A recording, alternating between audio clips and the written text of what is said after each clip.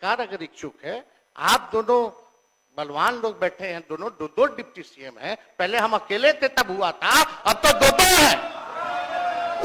तो महोदय यही हमारा मांग है, खाली मांग सुन लिया जाए कि इसमें अभी भी स्टडी के लिए एक असेंबली की कमेटी बना दीजिए, एक असेंबली की कमेटी बना दीजिए जो स्टडी कर ले। और अरे भाई आप बैठिए ना। अरे सुन नहीं दे रहा, क्या व्यवहार है, आप डिप्टी सीएम है यार, डिप्टी सीएम जैसा बर्ताव कीजिए। हमको था कि भाजपा के लोग जो है किसी ना किसी प्रकार से कोर्ट जाकर के इसको निरस्त कराएंगे, इसलिए माननीय मुख्यमंत्री जी ने एक मिनट मेरी बात तो सुन लो। अरे बात है, एक चीज जानकारी देना चाहिए अध्यक्ष महोदय, पहले हम बोल लेंगे, फिर बोलिएगा, आप बोलिएगा, मेरा बात खत्म हो जाने दो फिर आप बोलना। अरे जो बोला 156 मौतें हुई हैं, वो पूरे बिहार का या केवल 3 जिला का? आप जो बोल रहे हैं वो केवल 3 जिले का आंकड़ा दे रहे हैं। पहली बात करेक्शन आप कर लीजिए। दूसरा महोदय, हम ये बताना चाहते हैं कि बोलते कि कार्रवाई करते हैं, तो ज्यादातर तो गरीब परेशान है, गरीब पर कार्रवाई होती है। लेकिन माननीय मंत्री जी से पूछना चाहते हैं, ट्रक भर भर करके ये आता कहां से है, मैन्युफैक्चरिंग कहां से हो रहा है, हर टाइप का ब्रांड आपको मिल रहा है। एक व्यक्ति या एक बड़े लोगों का नाम बता दीजिए जो आप बिहार से बाहर जहां भी शराब की बोतलें पैक हो रही है, ट्रक से स्मगल करके बिहार में आ रहा है, उन कितने लोगों पर आपने कार्रवाई की है? बड़े मछलियों को आप छोड़ रहे हैं, जो बेचारा गरीब है उसको आप जेल में डालने का काम कर रहे हैं। तीसरी बात महोदय कि भाई पूरा बिहार जानता है कि स्कॉट पायलट मिलता है उन ट्रकों को बिहार में, थाना से लोग पहुंचाने का काम कर रहे हैं, तो उन लोगों पर क्या कार्रवाई कर रहे हैं? कितना लोग पकड़ा रहे हैं और कितने लोगों को बचाया जा रहा है, ये सब लोग जान रहे हैं। इसमें किसकी मिली भगत है? माननीय मुख्यमंत्री जी बार बार समीक्षा बैठक करते हैं, अच्छी बात है, लेकिन समीक्षा बैठक का कोई नतीजा भी तो आना चाहिए महोदय। माननीय मंत्री अरे जो बगल में पड़ोसी राज्यों से आ रहा है उस पर क्या कार्रवाई की जा रही है? आपके यूपी में क्या कार्रवाई की जा रही है? बैठ जाइए, तारांकित प्रश्न लिए जाएंगे। माननीय विजय चौधरी जी यहाँ बैठे हुए हैं। आप सब लोगों को पता है कि हमारी सरकार जब 7 में थे, इससे पहली वाली सरकार 17 महीने, तो हम लोगों ने जातीय आधारित गणना कराई थी। और जातीय आधारित गणना इसलिए कराई थी क्योंकि राज्य सरकार जो है सेंसस नहीं करा सकती, इसलिए हम लोगों ने सर्वे कराया था।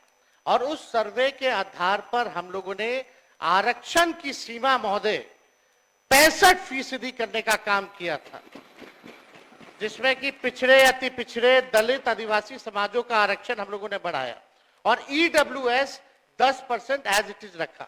आज संविधान दिवस है महोदय, और संविधान दिवस के दिन पर कम से कम ये चर्चा, कम से कम सरकार से अपेक्षा ये की जाएगी कि इसका कम से कम जवाब देने का काम करे और इस दिशा में आरक्षण जो हमारी सरकार जो महागठबंधन की थी पूर्व में, जो 65% हम लोगों ने बढ़ाया था, इसके लिए क्या कदम उठा रही है फिर से लाने के लिए? अध्यक्ष महोदय, आप जान रहे हैं कि हाई कोर्ट 9/11/23 में यह पारित हुआ था मेरे जन्मदिन के अवसर पर, आपको बखूबी याद होगा। और ये 20/6/24 को जो है मना कर दिया गया हाईकोर्ट द्वारा, और ये दिया गया कि इसका जो है प्रॉपर स्टडी जो है नहीं हो पाया है, इसको देखते हुए इसको निरस्त कर दिया गया।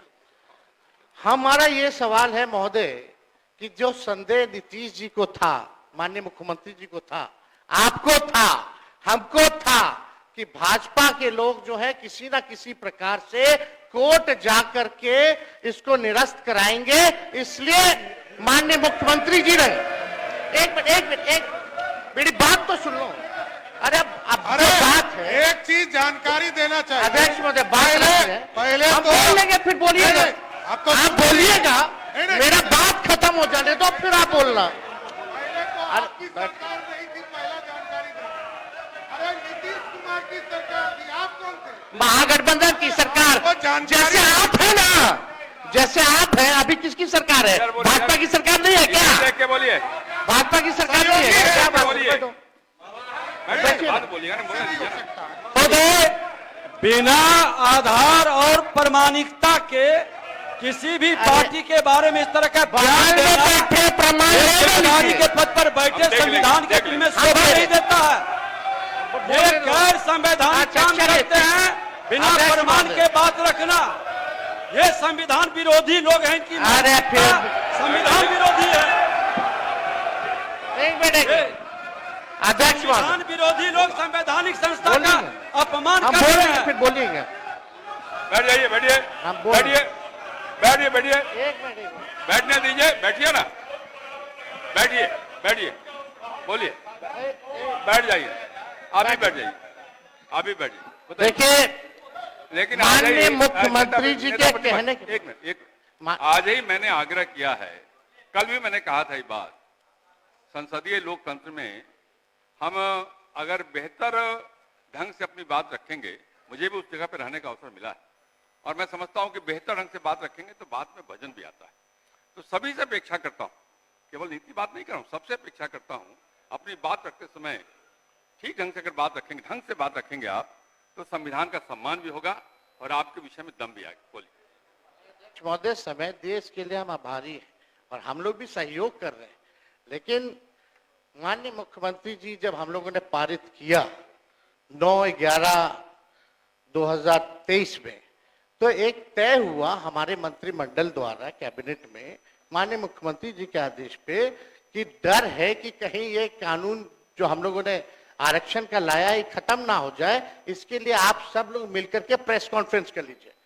और सम्राट चौधरी जी जो आप बोले, उस प्रेस कॉन्फ्रेंस का वीडियो हम आपको भेज देंगे आप दोनों को। उसमें माननीय चौधरी जी ने क्या कहा था, अशोक चौधरी जी ने क्या कहा था, हमने क्या कहा था, आपको प्रमाण मिल जाएगा।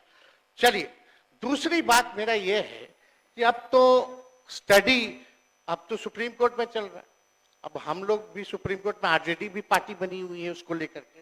अब मेरा सवाल ये है कि जो बहालियां हो रही है, जो आरक्षित वर्ग है, उसको नुकसान हो रहा है कि नहीं हो रहा? 16% हो रहा है ना। यह गंभीर मसला है महोदय। पिछड़ों का, अति पिछड़ों का, दलितों का, आदिवासियों का, जो भी आरक्षित वर्ग है, उनका भारी नुकसान हो रहा है। मेरा यही कहना है, अगर सरकार, और देश में ये पहली ऐसी सरकार थी 17 महीनों की जहां जाति आधारित गणना भी हुई और 65% आरक्षण की भी सीमा थी गई। पहली बार इतना बड़ा निर्णय हम लोगों ने लिया, उस निर्णय को लागू कराने में क्यों फेल रहे? अब महोदय, 2 पॉइंट हम खाली रखना चाहते हैं कि 23 में ये लागू हुआ, 23 में ये लागू हुआ, सुन लीजिए आप भी बोल। अरे भाई बैठिए ना। अध्यक्ष, अरे बिल्कुल विषय नहीं, इसका विषय है ये क्या? विषयों की वो जगह महोदय, महोदय, प्लीज। उस जगह पर नेता प्रतिपक्ष के रूप में हम बैठते थे, यही व्यक्ति बोलने नहीं देते थे। आज खुल करके यही अंतर है।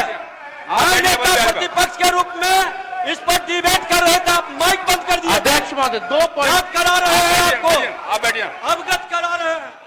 हम लोग हर तरीके से सदन चलाना चाहते हैं, आप भी डिस्टर्ब कर रहे हैं। तेज भी बोलिए। 2 पॉइंट संक्षेप में कि बताइए। ये 11/23 में, चौधरी जी, 11/23 में 9/11/23 को ये लागू हुआ, निरस्त जो है हाई कोर्ट से 20/6/24 में हुआ। हम लोगों की मांग थी कि इसको शेड्यूल 9 में डाल दिया जाए। अगर आप लोग आरक्षण के पक्ष में थे केंद्र सरकार, तो इसको शेड्यूल 9 में क्यों नहीं डाला गया? पहला प्रश्न। दूसरा महोदय, कि अभी भी हम लोग इंतजार कर रहे हैं, अभी भी माननीय मुख्यमंत्री जी को मेरे तरफ से रिक्वेस्ट कर दीजिएगा चौधरी जी, और दोनों चौधरी जी कर दे तो ज्यादा भार पड़ जाएगा।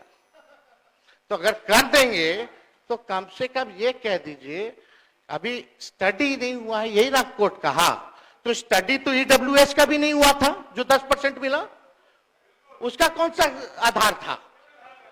ये तो हम लोगों ने कास्ट बेस्ड सर्वे करा के आरक्षण दिया। तो अभी हम लोगों की यही मांग है कि सरकार अगर इच्छुक है, आप दोनों बलवान लोग बैठे हैं, दोनों 2 डिप्टी सीएम हैं, पहले हम अकेले थे तब हुआ था, अब तो 2 है। तो महोदय, यही हमारा मांग है, खाली मांग सुन लिया जाए, मांग सुन लिया जाए कि इसमें अभी भी स्टडी के लिए एक असेंबली की कमेटी बना दीजिए, एक असेंबली की कमेटी बना दीजिए जो स्टडी कर ले।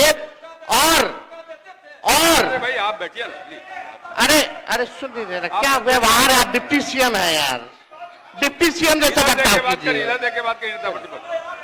हमसे नहीं बोलने का मौका देते थे, नहीं सभा देता था। मांग ही नहीं अरे रखते थे। संवैधानिक पद का आप हमारी ये मांग है संविधान कि की बात स्टडी कर के रहे लिए हैं, महोदय न्याय की बात कर एक रहे हैं। कमेटी विधानसभा की बना दे सरकार, शर्म आनी और चाहिए उनको। 4 दिन का ये जो 5 दिन का सत्र है इसको 1-2 दिन और बढ़ा दे और कैबिनेट से जो संशोधन करना है कम से कम 65% नहीं 85% कर दीजिए आप। 10% और बढ़ा करके बिल ले आइए, हम लोग सब लोग मिलकर के पास करने का काम करेंगे। यही